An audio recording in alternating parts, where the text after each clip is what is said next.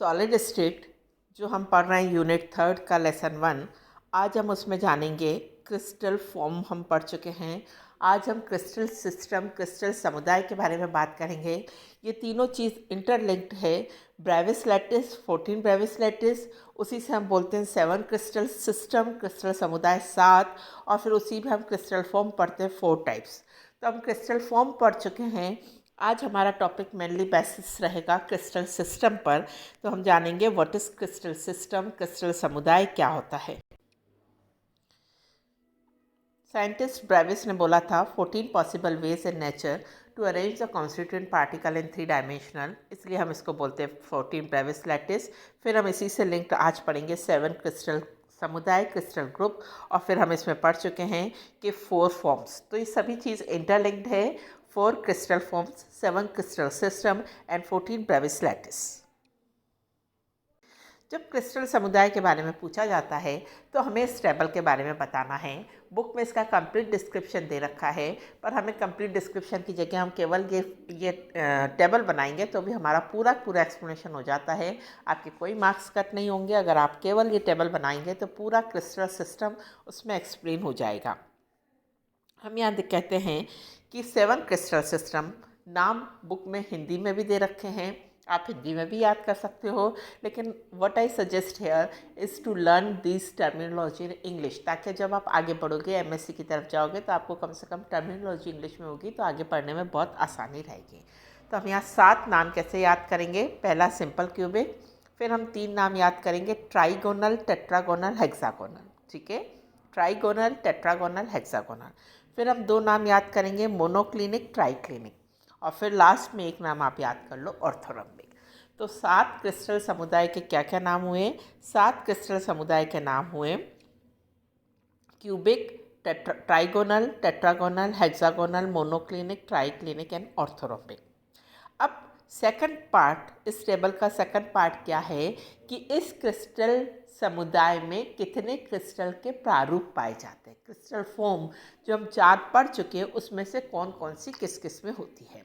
मैंने यहाँ शॉर्ट में लिखा है SC मतलब सिंपल क्यूबिक, BC यानी बॉडी सेंटर्ड क्यूबिक, BAC यानी बेस सेंटर्ड क्यूबिक, और FC यानी फेस सेंटर्ड क्यूबिक। देखो ये क्या है, सिंपल क्यूबिक है, ये BC बॉडी सेंटर्ड क्यूबिक है, FC फेस सेंटर्ड क्यूबिक है, और बेस सेंटर्ड को मैंने BAC लिखा है। आप इसे कंप्लीट डिटेल लिखना, cubic, body centred, face centred, पूरा नाम लिखना एग्जाम में, खाली BC-AC मत लिखना। ठीक है, हम देखेंगे कि किस में कौन कौन सी सेल मिलती। देखो ये इसी तरीके से टेबल याद करनी है।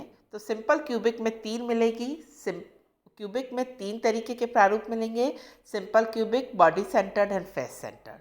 फिर सिंपल क्यूबिक, फिर simple cubic and body centred, फिर सिंपल क्यूबिक, फिर simple cubic and base centred, फिर सिंपल क्यूबिक, और लास्ट में चारों। देखो याद करने का तरीका भी मैं बता देती हूँ।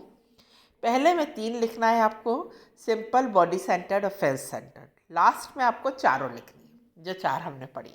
फिर ऑल्टरनेट में आप सिंपल क्यूबिक आ जाओ, सेकंड, फोर्थ और सिक्स्थ में सिंपल क्यूबिक आ जाओ।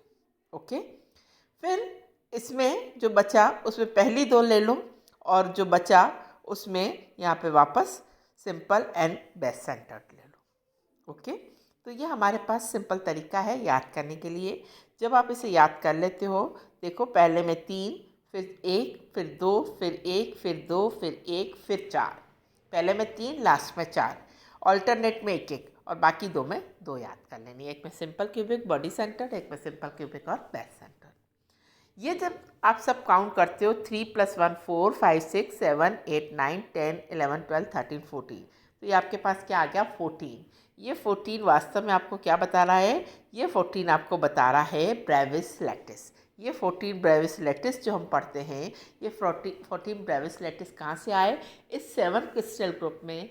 जब हम क्रिस्टल फॉर्म्स को स्टडी करते हैं तो किसी में 3, किसी में 2, किसी में 1, किसी में 4, जब हम सभी को काउंट कर लेते हैं तो टोटल 14 वेज हो गए, यानी सब चीज़ें हमारे पास आ गई। क्रिस्टल समुदाय भी आ गया, और क्रिस्टल प्रारूप भी आ गया, और ब्रेविस लैटिस भी आ गया। ठीक है, ये 4 क्या है, यहाँ क्लियर हो गया। ये 4 क्या है, क्रिस्टल प्रारूप है ना, जो हम पिछले टर्म पे पढ़ चुके। ये 7 क्या है, क्रिस्टल समुदाय हैं और ये 14 क्या है, ब्रेविस लैटिस है। अब हम इसका डिस्क्रिप्शन जब हम पढ़ते हैं तो हमें इसमें दो चीज़ मेनली डिस्क्राइब करनी होती है। ABC क्या होता है, ये हम पहले पढ़ चुके हैं। क्रिस्टल के फलक को हम ABC कहते हैं, ऊर्ध्वाकार को हम C बोलते हैं, लेफ़्ट टू राइट जाने वाले को हम B बोलते हैं और फ्रंट से बैक आने वाले को हम A बोलते हैं। तो ABC का आपस में क्या रिलेशन है वो हमने इस टेबल में बता रखा है। और लास्ट टेबल में हमने क्या बता रखा है, alpha beta gamma. What is alpha beta gamma? It is interfacial angle, अंतराफलक कोण के मान को हम बोलते हैं अल्फा बीटा गामा। ठीक है, तो ये हम पहले पढ़ चुके हैं। तो हम उसका कंप्लीट डिस्क्रिप्शन, किसी भी क्रिस्टल को, क्रिस्टल समुदाय को जब हम पूरा डिस्क्राइब करते हैं तो हमें तीन चीज़ डिस्क्राइब करनी पड़ती है। एक, क्रिस्टल समुदाय में कितने क्रिस्टल फॉर्म हैं ये डिस्क्राइब करना पड़ता है। फिर हमें उसे ABC के रेस्पेक्ट में डिस्क्राइब करना पड़ता है और फिर हमें अल्फा बीटा गामा के रूप में डिस्क्राइब करना पड़ता है। तो हम थर्ड वाले कॉलम पर आएंगे। थर्ड वाले कॉलम में देखो, पहले दो में आप लिख दो A = B = C, A = B = C। Okay, फिर दो में आप लिख दो A = B but B is not equal to C। ठीक है, पहले दो में हमने क्या लिखा, A = B = C, A = B = C। फिर हमने जो दो लिए उसमें हमने क्या लिखा, उसमें हमने लिखा A = B but B is not equal to C। Okay, last जो तीन बचे उसमें आप लिख दो A is not equal to B, A is not equal to B, B is not equal to C। ठीक है, इन दोनों का डिस्क्रिप्शन सेम है, इन दोनों का डिस्क्रिप्शन सेम है और लास्ट वाले तीन का डिस्क्रिप्शन सेम है। ओके, थर्ड कॉलम हो गया। नेक्स्ट हम आते हैं फोर्थ कॉलम पे। फोर्थ कॉलम हमारा बताता है अल्फ़ा बीटा गामा के रेस्पेक्ट में। देखो, पहले कॉलम में आप दे दो, पहले में अल्फ़ा = बीटा = गामा = 90। थर्ड में भी दे दो और लास्ट में भी दे दो। ठीक है, तीन हो गए। अल्फ़ा = बीटा = गामा = 90 किस किस में है, फर्स्ट, थर्ड और लास्ट में। ठीक है, फिर हम आते हैं दूसरा पार्ट हम ले लेते हैं। तो सेकंड में जो आता है alpha = beta = gamma but they are not equal to 90। ठीक है, ये तीनों तो समान हैं लेकिन तीनों एक दूसरे के परपेंडिकुलर नहीं हैं।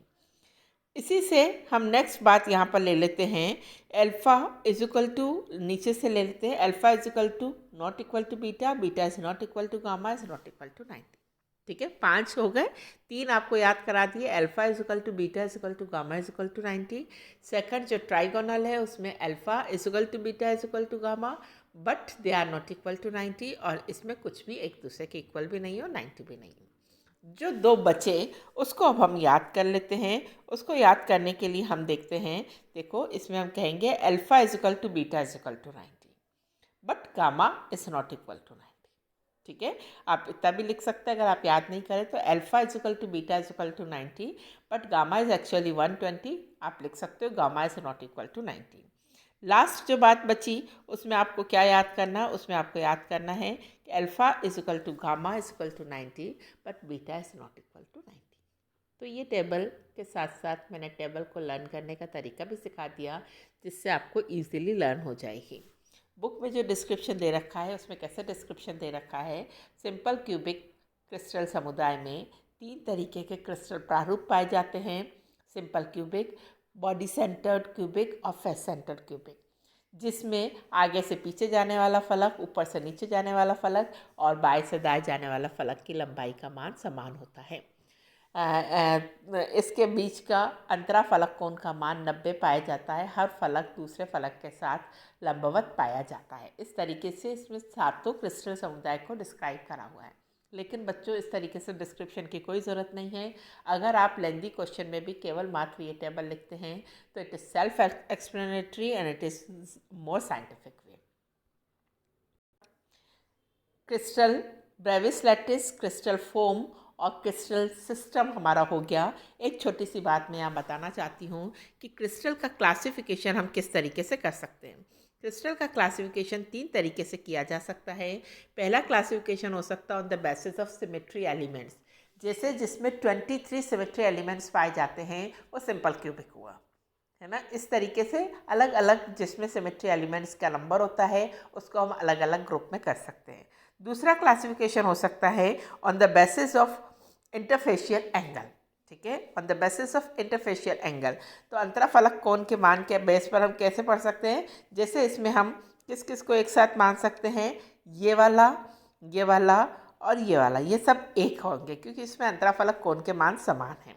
ठीक है, तो इसलिए हम अलग अलग को क्लासिफिकेशन कर सकते हैं। दूसरा क्लासिफिकेशन हम किसके बेस पर पढ़ रहे हैं, on the basis of interfacial angle.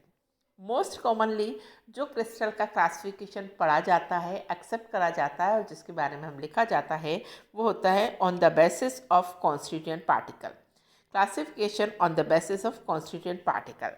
हमने शुरू में कहा था अवयवी कण अलग अलग हो सकते हैं। ये अवयवी कण आयनिक क्रिस्टल हो सकता है तो आयन होगा। अगर अवयवी कण आयन होगा तो आयनिक क्रिस्टल कहलाएगा। अगर अवयवी कण परमाणु होगा तो परमाणविक क्रिस्टल कहलाएगा। अगर अवयवी कण अणु होगा तो आणविक क्रिस्टल कहलाएगा। अगर अवयवी कण मेटल होगा तो मेटेलिक क्रिस्टल कहलाएगा। On the basis of constituent particle 4 types of crystal are found: ionic crystal, atomic और परमाणुवीय क्रिस्टल, मॉलिक्यूलर और आणविक क्रिस्टल, मेटेलिक और धात्विक क्रिस्टल। इसकी प्रॉपर्टी हम लास्ट में पढ़ेंगे। अभी हम खाली यहाँ इतना सा ये बात पढ़ के जाते हैं कि क्लासिफिकेशन अलग अलग तरीके से हो सकता है, on the basis of symmetry element, on the basis of interfacial angle and on the basis of constituent particle. Most commonly accepted is on the basis of constituent particle. Thank you.